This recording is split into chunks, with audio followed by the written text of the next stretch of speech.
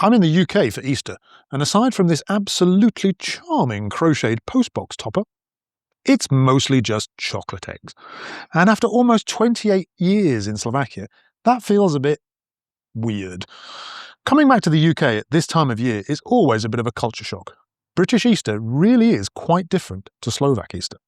Today, I want to talk about how, and more importantly, why that's the case. And I want to address something that keeps coming up in my comment sections, the claim that the UK has weaker traditions because of mass immigration. But first, chocolate.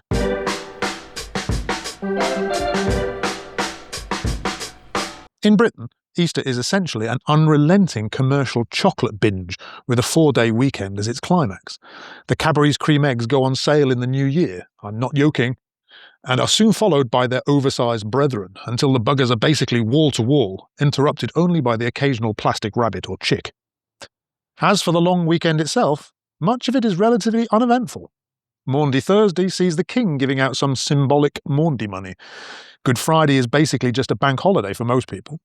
And Holy Saturday is just another Saturday for many Brits. There's probably a Sunday roast, maybe lamb, possibly a church service, but probably not, an egg hunt for the children, which is genuinely lovely, hot cross buns, which are delicious and also available from January, in an ever-widening range of variants. And then it's Tuesday and you're back at work. That's it. That's British Easter in 2026. Slovak Easter runs across all 5 days. I'm sure not everyone celebrates all of them, but there are plenty who do, and there's definitely more structure than in the UK. And as the celebration unfolds, it gets progressively more intense. Zelený štvrtok, Green Thursday, is so named because you traditionally eat green foods like spinach to symbolize spring. On Veľký piatok, Great Friday, many Slovaks observe a very strict fast. There's no mass and definitely no working the land, or having fun. Biela sobota, White Saturday, named for the baptismal clothes of yore, is basically Slovak Christmas Eve energy, cooking, baking and cleaning. The ham and sausages are prepared for the following morning and the home is tidied from top to bottom. Later, the more devout might participate in the Easter Vigil. On Veľkonočná nedeľa, families gather in their Sunday best, food is blessed at church and the festive eating begins. And this is where things get really serious, on an almost competitive eating level. Smoked meat, sausages or klobasy, a sweet brioche-like bread called paska, horseradish and beetroot, hard-boiled eggs, and frankly intimidating hrutka, also called sirek. This is basically a dense ball of cooked egg and milk, sliced and served cold, sometimes sweet and sometimes savoury. And on Veľkonočný pondelok, Easter Monday, Slovak men and boys traditionally visit their female relatives and, depending which part of the country they live in, carry out the rituals of šibačka, polievačka, or possibly both. Šibačka involves whipping women with a korbač, a plaited willow switch decorated with ribbons. In reality, it's generally a symbolic tap on the legs, which is supposed to ensure health, youth and fertility for the coming year.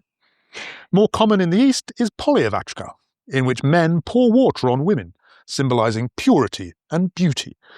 This might range from a symbolic spritz of perfume through a cap full of water right up to entire buckets, or a plunge in the village stream. In both cases, the women traditionally reward the men with painted eggs or alcohol, though these days it's common for young boys to make a tidy financial profit from their older female relatives. Finally, in some families, this watering tradition is reversed, and Tuesday sees girls soaking the boys. So, compared to the UK, Slovak Easter isn't just a weekend, it's a sequence. It's longer, more structured, and more ritualized.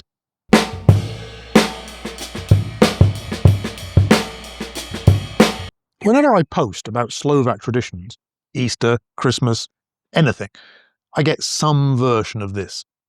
The argument is that Slovakia still has its traditions because it hasn't seen nearly as much immigration, and that Britain has lost its traditions because, well, you can read the comments for yourselves. I've seen these ideas expressed in the UK too. Some politicians regularly blame more or less anything on immigration. And I recently overheard a conversation in a local shop bemoaning, and I quote, "All these immigrants coming over here stealing our Christmases." This argument gets applied to Easter, Christmas, and pretty much every tradition that is perceived as weaker in the UK than it used to be. or compared to other countries. And I understand the impulse. There's a real feeling that something has changed and been lost. But that explanation, immigration, doesn't actually hold up.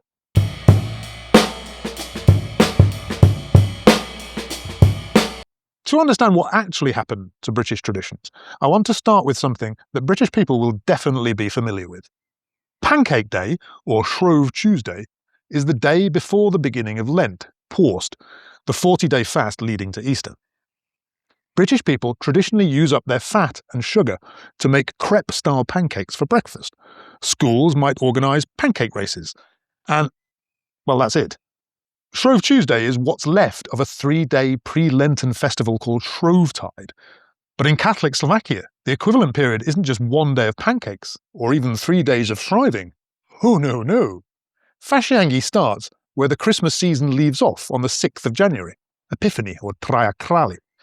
It continues all the way to Ash Wednesday, or Popolcova Streda, the day after Shrove Tuesday.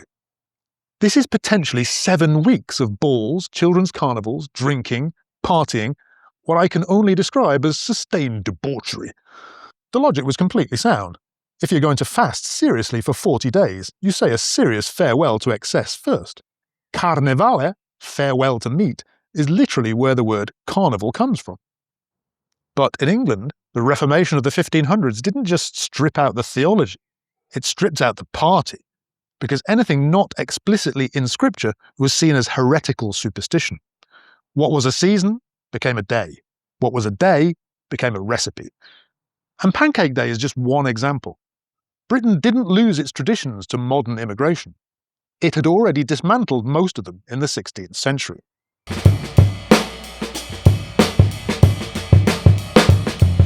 England in 1500 had a much denser spiritual life than it does today. Processions, saints' days, feast days, pilgrimages, Christian customs layered onto pagan ones. The monasteries ran schools, hospitals and poor relief, and the church anchored the entire ritual calendar. It must have looked, in some ways, a lot more like modern rural Slovakia. Then Henry VIII broke with Rome. Not for theological reasons, no. He wanted a divorce, the Pope said no, so he made himself head of the Church of England. That opened the door.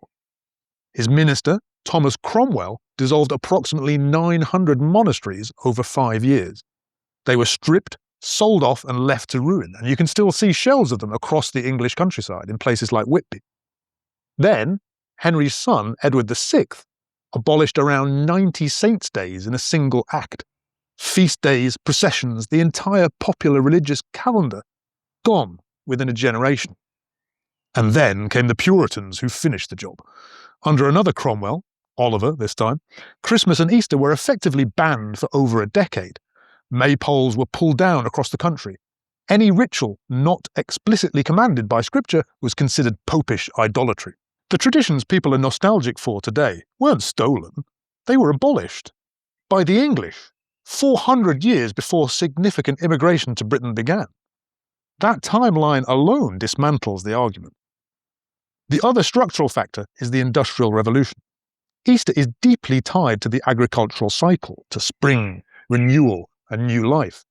This makes sense when you're a farmer watching the land come back to life after the winter. England was majority urban by 1851, earlier than almost anywhere else in Europe. Slovakia remained largely rural well into the 20th century. When that link between people and the land is broken, when your food comes from a shop instead of a field or a garden, the agricultural calendar stops meaning so much. Less land, less connection to the seasons, and gradually less of the old Easter.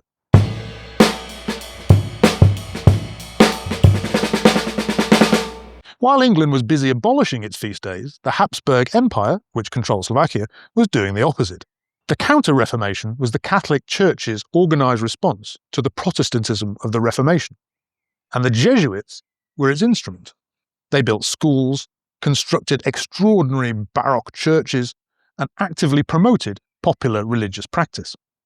Critically, their approach to folk customs was, if it can be given a Christian meaning, absorb it rather than condemn it. The willow branch fertility, the cleansing water, the green foods of Zeleny Štvrtok, it all got a Christian coat of paint and survived. This pre-Christian layer is perhaps most visible in Smrtna Nedela, Death or Passion Sunday, the fifth Sunday of Lent, 2 weeks before Easter. In some parts of Slovakia, this day is marked by the burning and or drowning of a straw effigy of Morena, the Slavic goddess of winter and death. This welcoming of spring is just paganism sitting inside the Lenten calendar, and nobody seems especially bothered by it. Great stuff, in my opinion, but almost the exact opposite of the Puritan approach, which treated any custom not backed by scripture as corruption. Then, in the 19th century, Slovak national identity was being constructed against Hungarian cultural dominance. Folk culture, costumes, music, customs, traditions became politically important. They were documented and taught as proof of a distinct Slovak nationhood. Traditions weren't just observed, they were consciously preserved as identity. And then, and this one surprised me, communism indirectly also helped. The regime suppressed religion, but it funded folk culture. Folklore ensembles, regional festivals, folk costume, all institutionalized as expressions of working-class peasant identity. The religious meaning was hollowed out, but the forms survived. And after 1989, the meaning came back. So what looks like stronger traditions has very little to do with purity or isolation. It's about history, structure, and what each society chose to keep.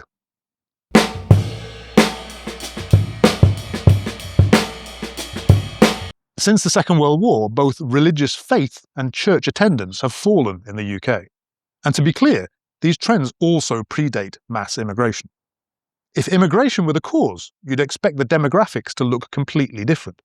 But over 80% of the population in England and Wales still identifies as white. The decline in traditional Easter observance correlates much more strongly with the rise of the no-religion demographic than with the growth of non-Christian religious groups. Muslims make up 6.5%, Hindus 1.7%. Easter traditions are also beginning to fade a little in Slovakia. The cities are less observant. The younger generation in Bratislava has a different relationship to these traditions than a village in eastern Slovakia. Obliavačka has got lighter, more perfume, less soaking in the village stream. But the Slovak decline is slower and starts from a much higher baseline. I want to finish by telling you about one moment that, for me, captures what Slovak Easter actually is.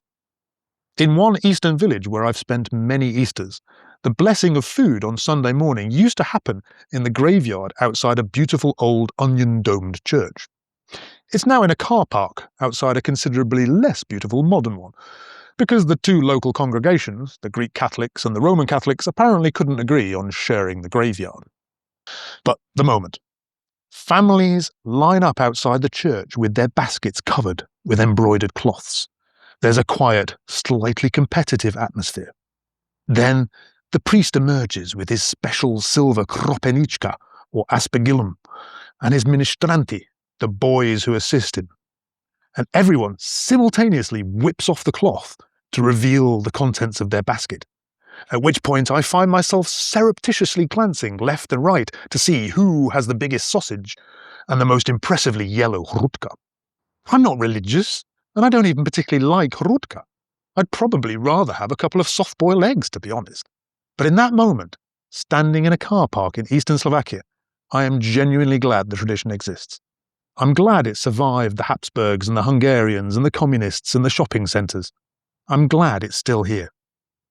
And it's not here because Slovakia is ethnically pure, or hasn't had immigration, or has been protected from outside influence. It's here because of a Catholic counter-revolution in the 16th century, a nationalist revival in the 19th century, and a state-funded folklore programme in the 20th century. And it's not in Britain because of Henry VIII, Oliver Cromwell, a Puritan movement that banned Christmas, and an industrial revolution that moved everyone off the land. That's the actual story. 400 years of documented history, not immigration, not modern politics. History.